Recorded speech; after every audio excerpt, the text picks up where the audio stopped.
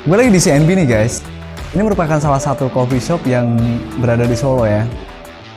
Salah satu coffee shop terbesar di Solo, mungkin bisa dikatakan seperti itu. Dan merupakan salah satu coffee shop yang terhits bagi anak-anak Solo. Sebenarnya banyak orang yang tahu tentang coffee shop ini. Cuman nggak banyak orang yang tahu tentang dinamikanya seperti apa yang ada di coffee shop ini. Banyak bisnis coffee shop yang tumbang di era corona bahkan. Tapi CNB bisa survive di sini. Terus kemudian juga banyak coffee shop juga yang akhirnya sukses karena mereka mengintegrasikan semua konsepnya. Nah, CNB ini merupakan salah satu coffee shop yang berhasil mengintegrasikan antara ide, sistem manajemen, dan produk sehingga ini menjadi coffee shop yang bisa bertahan lama dan long last. Pengen tahu ceritanya lebih lengkap dan pengen tahu sosok di balik CNB? Let's check this video.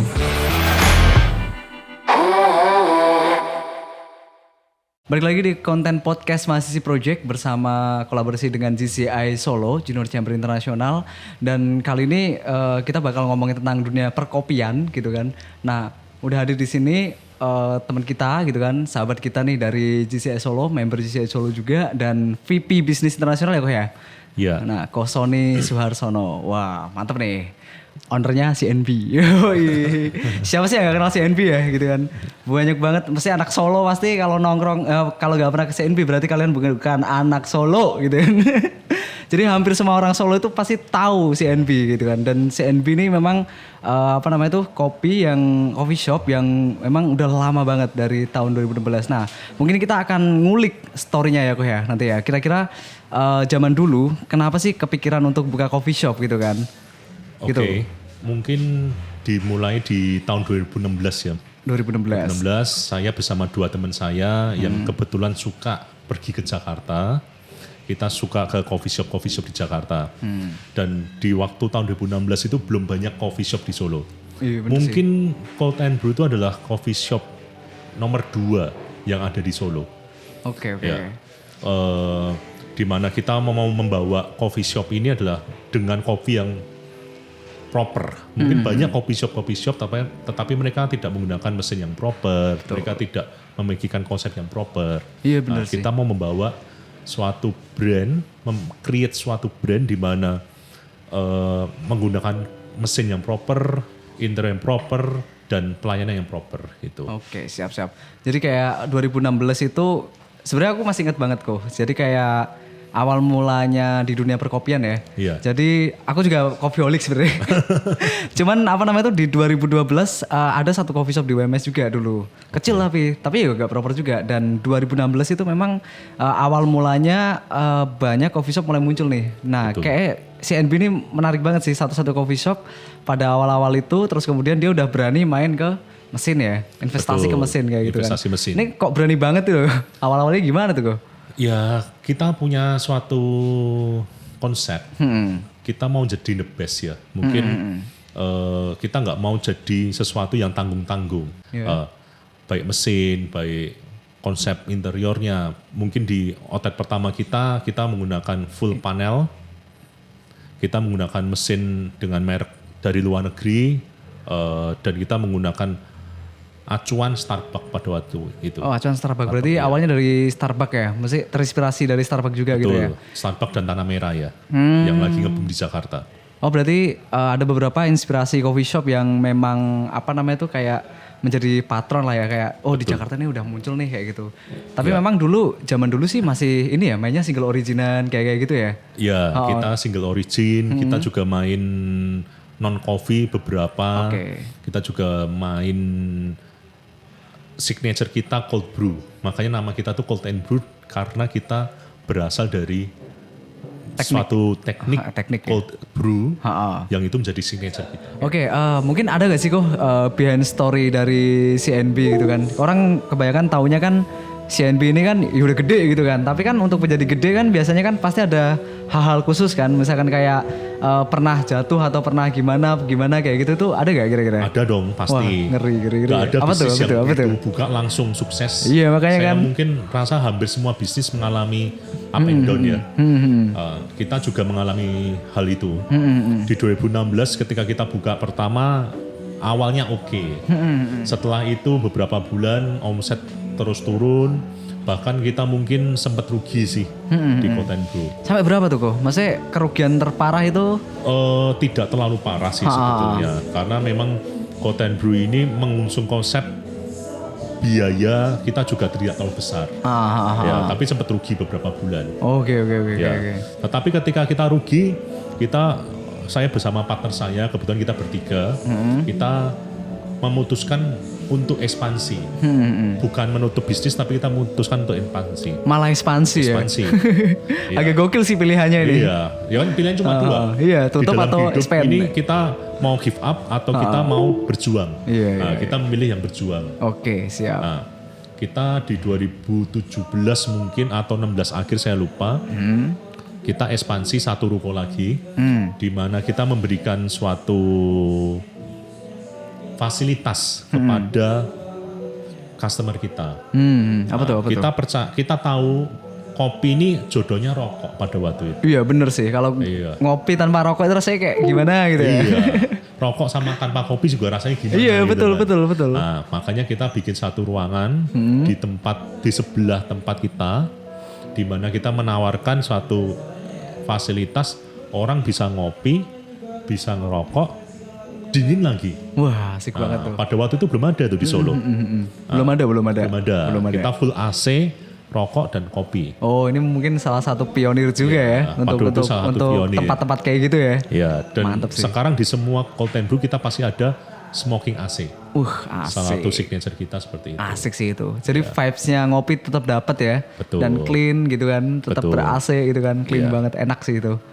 Oke, lanjut lagi. Nah, setelah kita expand dan kita coba untuk educate market lebih lagi. Nah, kebetulan sekali kita dapat momen dari Pak Jokowi ketika Pak Jokowi mengenalkan kopi susu yang terkenal di Jakarta. Nah, setelah Pak Jokowi mengenalkan kopi susu, kita juga keluarkan suatu produk namanya Dilema. Waduh, mantep nih. Apa tuh Dilema tuh? Dilema itu banyak orang salah mengartikan bingung atau galau. Tapi dilema sendiri sebetulnya ada kepanjangannya. Apa tuh? Dingin lebih mantul. Iya. Mantap banget. Ya, makanya dingin dilema lebih mantul. kita hampir semua dingin. Nah, asik banget ya. Kita bikin dilema, kebetulan bisa diterima oleh market. Oke. Menarik ini. Di mana dilema ini jadi salah satu signature kita. Bertahun-tahun dari tahun 2017 mungkin ya. Tidak berubah sampai sekarang. Wih gila sih. Gila. Biasanya kan kopi susu tuh berubah-berubah, banyak varian gitu. Ini tetap signature tetap ini kita ya? Tetap dilema. Wah asik tapi banget kita tambah beberapa varian aja. Ada yang tambah pandan, kita tambah karamel, kita tambah apa itu aja. Oke. Terus tadi untuk fase grow up-nya gimana kok? Nah, setelah kita tambah fasilitas itu, kebetulan banyak orang yang suka, banyak mulai orang mengenal Koten Brew, dan ditambah kita mendapat suatu momen ya mungkin ya di Solo ini ketika orang mulai menganggap kopi sebagai lifestyle. Oh iya bener juga. Ya. Mungkin pada waktu dulu wedangan atau angkringan itu lifestyle. Iya lifestyle betul. Tapi by the time ketika gaya hidup itu dipengaruhi oleh digitalisasi, banyak orang melihat kopi cantik di Jakarta atau di kota-kota besar, mereka mulai apa sih kopi itu? Apa sih enaknya kopi itu? Mereka mulai coba dan mereka mulai tertarik dan addicted. Salah satu sifat kopi ini adalah addiction. Iya betul. Ya. Nagih ya. Kalau nggak ngopi nggak hidup lah. Gitu kan. Nggak live banget lah. Iya. Jadi ngantuk lah, capek lah. Betul. Di sana kita yang melihat bisnis kopi ini suatu hal yang sangat prospek. Iya betul. Apalagi kita lihat di luar negeri, bisnis kopi ini nggak mati. Starbucks, let's say kita mau Starbucks, udah ratusan tahun mungkin, udah hampir 80 tahun ya. Kita lihat bukannya mereka berkurang, tetapi nambah. Ditambah, saya sempat riset juga konsumsi kopi di Indonesia itu sangat kecil. Mungkin masih 10-15% dibanding konsumsi di Eropa. Wah gila ya. Ya, jadi potensi market upside untuk industri kopi sendiri menurut kita masih sangat besar. Berarti masih bisa di-expand ya sebenarnya. Masih bisa expand. Gila sih, menarik banget sih ini. Ya.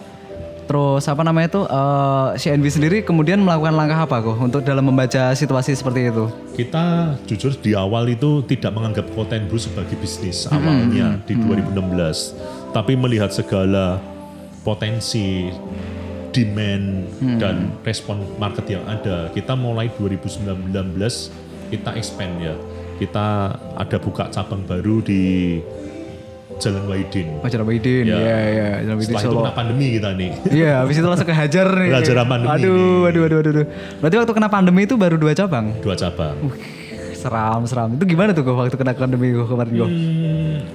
Di awal memang cukup berat ya. Tetapi kita punya satu komitmen, boleh dilihat ke belakang selama 2 tahun atau 3 tahun ini banyak coffee shop tutup. Iya benar tuh. Kita komitmen tidak pernah tutup. Even pada waktu Delta, di mana PPKM berat ya, orang Wah nggak itu boleh dine in, parah banget sih. kita tetap buka. Kita nggak pernah tutup Cold&Brew. Dan ternyata Cold&Brew ini tetap diminati oleh orang. Nah, seperti di cabang-cabang kita yang ada pada waktu itu, kita buka seperti normal dengan PPKM, dengan pembatasan-pembatasan, tetapi kita masih bisa survive dan hari ini kita punya lebih banyak cabang. Oke, total berapa cabang sekarang kok? Sekarang kita ada 9 cabang. 9 cabang ya? Di mana Tapi aja? kita juga lagi ada beberapa project on. Oh ada project juga? Betul. Kedepannya mau dikembangin lagi ya? Pasti dong. Oke, mantep banget. 9 cabang itu di Solo ada 3? Solo ada ada 5, sorry. Ada 5. lima. Jogja? Jogja ada 2. Oh Jogja ada. Sisanya di? Ada Semarang sama Klaten. Oh Semarang sama Klaten. Iya. Oh, gokil. Bulan ini ada buka 1 nih Di mana kok? di Semarang. Di Semarang? Semarang buka 1. Tambah lagi di Semarang nih. Tambah lagi. Gila, Kita gokil. kita punya target mungkin di setiap kota besar ya. 3 sampai 5 lah ya. 3 sampai 5 ya? Iya. Wah gokil sih ini menarik banget sih expand-nya. Nah balik lagi ya kayak apa namanya tuh pilihan kenapa sih waktu pandemi akhirnya malah expand nggak kemudian kayak wah kosek lah gitu kan ini kan lagi pandemi ini malah kayak CNB ini kayak kesannya malah wih pandemi malah di expand nih segede-gedenya gitu kan. Sebetulnya kita tuh expand di pada waktu pandemi ini juga menurut kita agak beresiko sebetulnya. Tetapi kita cukup pede dengan produk yang ada, kita pede dengan fasilitas yang kita punya, di mana kita mau ketika orang tidak berani, kita sudah siap. Jadi ketika pandemi ini over atau selesai, kita sudah lebih 1-2 langkah dibanding orang lain. Iya benar juga sih. Banyak sih yang bilang kayak gitu ya kemarin Iya. ya. Ketika pandemi lebih baik malah digas gitu kan. Betul. Kalau nggak suntik mati sekalian gitu kan. Iya. Kita Karena kalau pilih udah yang nggak kedua kuat. ini. Oh. Kita selalu pilih kedua ini. Iya pasti pilih yang kedua nih. Tetap expand gitu kan ya. Tetap expand. Menarik sih ini menarik. Kita Tapi pandemi buka 7 outlet ya. wih malah buka 7. Iya. Pada waktu pandemi. Itu waktu pandemi pas gitu wah buka 7. Buka 7 kita. Gila sih. Kirain cuma buka 2 atau 3 gitu langsung ekspansi 7. Iya. Gokil. Sebenarnya apa sih yang membedakan ya kayak antara CNB dengan coffee shop lain mungkin secara brandingnya atau secara ininya gitu kan diferensiasi produknya atau apanya kayak gitu yang membedakan apa ya kayak? Kalau kita yang jelas adalah kita selalu serius dengan produk kita. Mungkin kita memberikan produk baik dari material, bahan maupun peralatan kita mau cari yang terbaik lah. Kita nggak pernah bilang kita yang paling murah sebetulnya. Tetapi kita memberikan fasilitas produk kita mau yang terbaik. Sebagai contoh, hampir di semua outlet kita pasti ada meeting room. Kita ada musola. Nggak banyak, tidak semua coffee shop punya musola. Tetapi itu. kita harus, setiap coffee shop kita harus punya musola, kita punya meeting room, kita punya smoking room. Wifi kita bisa dikatakan kita sampai 100 Mbps atau berapa saya lupa. Buset, total banget ya. Kita Proper banget ya. internet harus di angka seperti itu. Produk kita pakai kopi yang premium, baik susu, baik powder, kita semua premium semua. Gak ada yang kita kurang-kurang ini buat ngejar HPP. Kita lebih baik jual lebih mahal, tapi kita kasih yang all Terbaik ya? terbaik gitu. Berarti ini terintegrasi banget ya antara konsepnya gitu kan. Tapi kalau inspirasi konsep dari CNB ini punya karakteristik gak sih? Kita, Kira-kira kok? ya karakteristik kita sebenarnya tempat nongkrong ya, tempat tempat nongkrong ditambah tempat kerja mungkin, meeting point.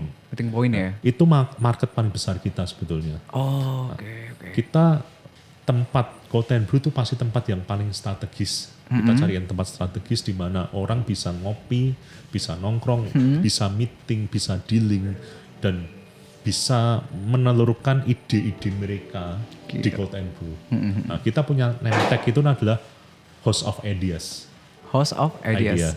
Di mana kita berharap di Cold and Brew ini banyak ide-ide baru keluar, lahir.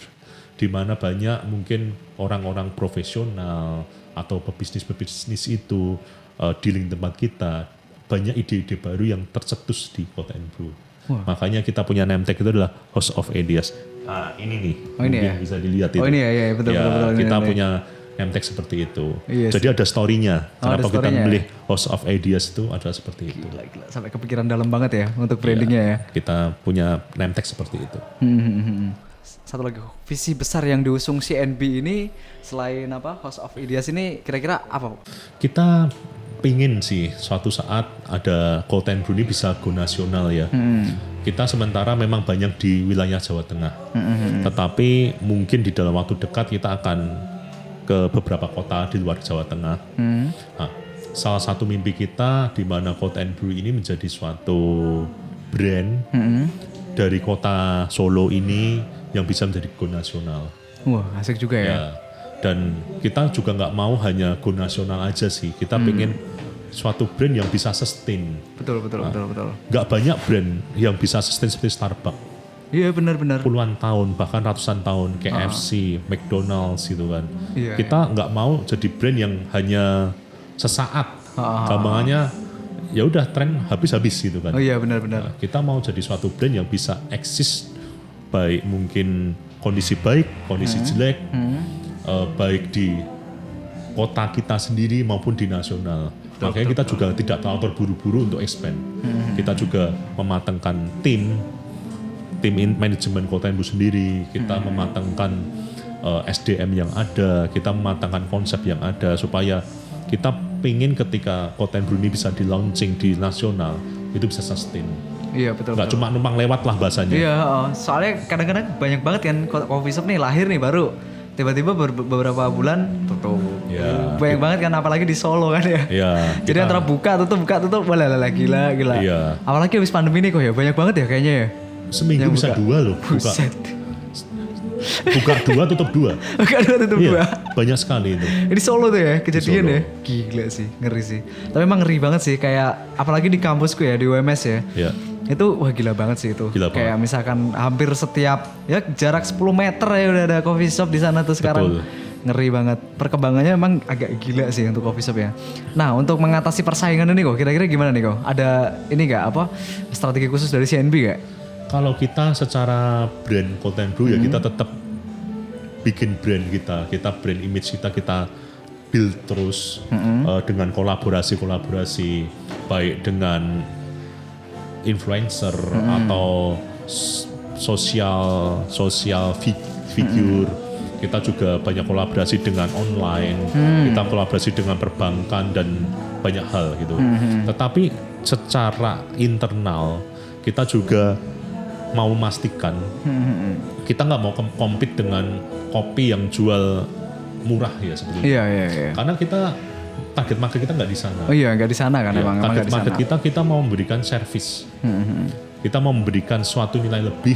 Mungkin kalau terbiasa di kota besar ada co-working space ya. Nah, kita mirip co-working space sebetulnya. Oh, oke. Di mana orang datang ke sini bisa kerja seharian. Nggak usah bayar. Cuma beli sesuatu kopi lah ya. dari beli kopi, beli makanan. Nah, nggak usah mereka ada minuman casnya. Nah, karena kita nggak bisa compete dengan kopi yang mungkin 10.000, 15.000, kita memang nggak bisa. Oke. Ya. Betul banget sih itu. Jadi kayak emang kalau sekarang udah lebih terintegrasi kayaknya ya. Jadi kayak konsepnya seperti apa, brandingnya seperti apa, ya marketnya seperti apa gitu kan. Jadi banyak yang tumbang pun karena mungkin nggak nganalisis itu juga ya kayaknya ya. Tapi yang ini agak ke bisnis dikit gue ya. Jadi kayak aku lihat nih kan perkembangan CNB ini kan kayak progresif banget ya. Apalagi di tahun 2022 ini kan cepet banget gitu kayaknya kan naiknya. Nah apa namanya tuh spill dikit dong kok, kayak misalkan ini gimana kok bisa ekspansi cepat kayak gini kan? Pola-polanya ini seperti apa sih kayak gitu? Oh, kalau di Content Brew kita ekspansi dengan sistem kerjasama. Oh, dengan kerjasama. partner ya. Kita tidak mungkin semua kita build sendiri, bangun sendiri, kerjakan sendiri semua enggak. Tetapi kita membuka suatu sistem kemitraan dengan partner dengan sistem franchise. Oh. Di mana manajemen terpusat tapi harusan. Jadi semua operasional dilakukan oleh manajemen Content Brew. Oh gitu. Betul. Karena memang tim manajemen Content Brew juga istilahnya kayak nge-build itu ya. Jadi takutnya kalau misalkan nggak include sama manajemen itu repot nanti ya. Bisa kemana-mana nanti, branding berpengaruh juga.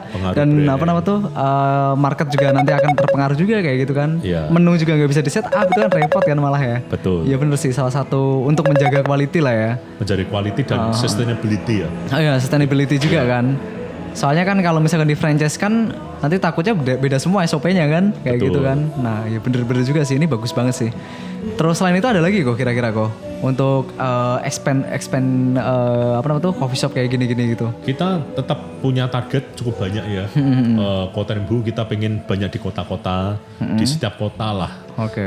Ini kita juga ada beberapa program project di beberapa kota di dekat Solo, ada yang di Semarang, ada di Salatiga, kita juga ada di Sragen, Tamango, bahkan di luar pulau juga ada. Tetapi kita konsepnya semua adalah manajemen under Content Brew. Oh iya. Ya, kita pengen sustainability dan brand image ini tetap kita bisa jaga.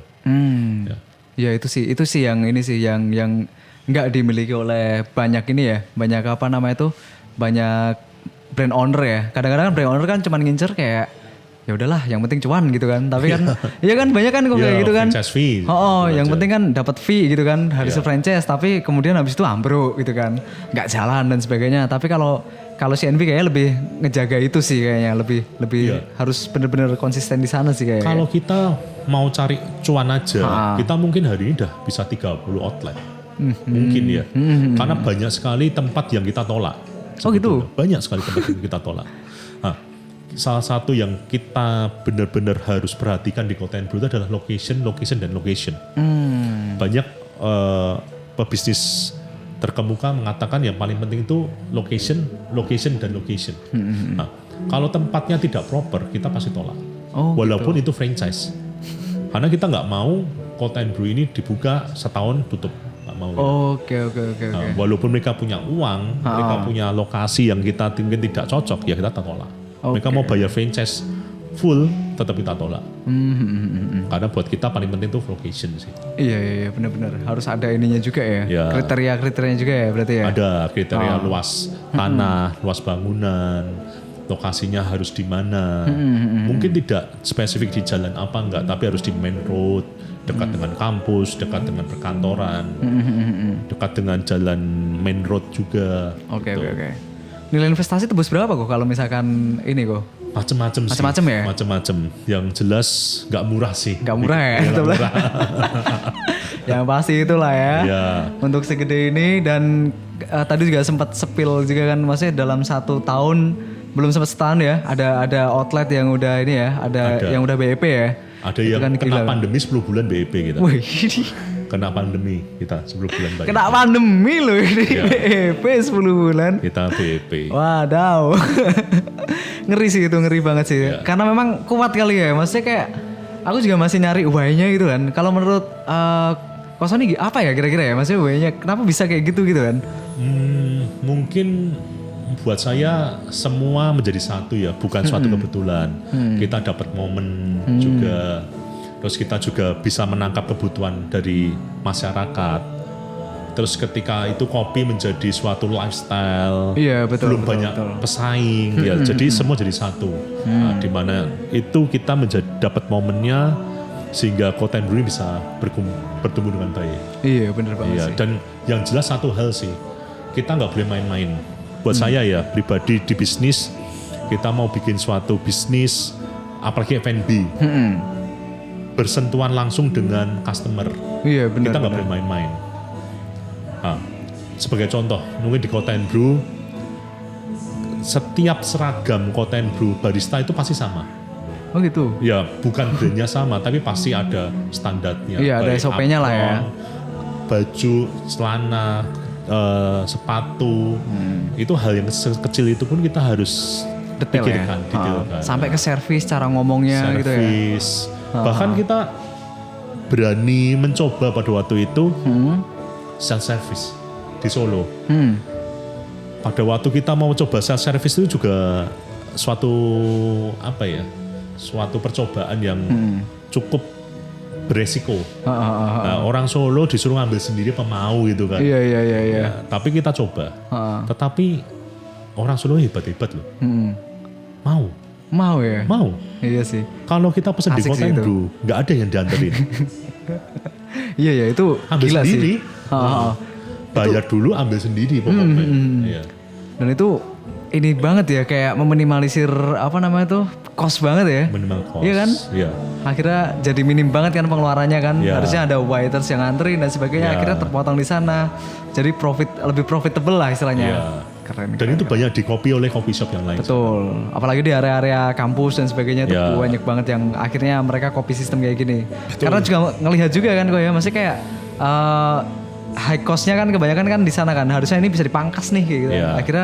Akhirnya dengan sistem kayak gini malah lebih oke nih, lebih jalan oke. gitu. Dan orang merasa lebih cool aja. Kalau buat saya ya, orang yang beli pun juga lebih cool gitu loh. Maksudnya kita ambil sendiri. Lebih anak muda lah. Iya bener banget ya. Generation apa ini? C ya sekarang. C. Ya. Generation C banget. Z Generation. Ya. Ya asik banget sih. Tapi ini harapannya mungkin ke CNB sendiri ya, kayak misalkan ini kan udah di Solo udah oke banget lah. Iya. Nah harapannya ke depan untuk CNB ini pengen seperti apa kira-kira? Kalau kita pengennya go nasional lah ya. Go nasional ya? Dan Tetap di sana ya? ya tetap di sana sih untuk sementara. Oke. Tapi kita juga tidak meninggalkan nilai-nilai yang ada. Oh. Maksudnya ya kita harus tetap memberikan terbaik lah dimanapun kita ada. Mau di kota A, kota B, kota C ya kita harus pegang itu semua. Gokil sih ini. Gokil. Ini ekspansinya cukup lumayan ngeri juga sih nanti CNB nih. Lumayan. Mantap.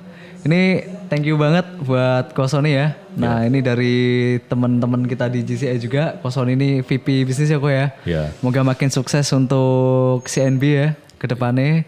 Supaya ekspansinya juga luar biasa juga gitu kan. Dan tim manajemennya makin oke gitu kan.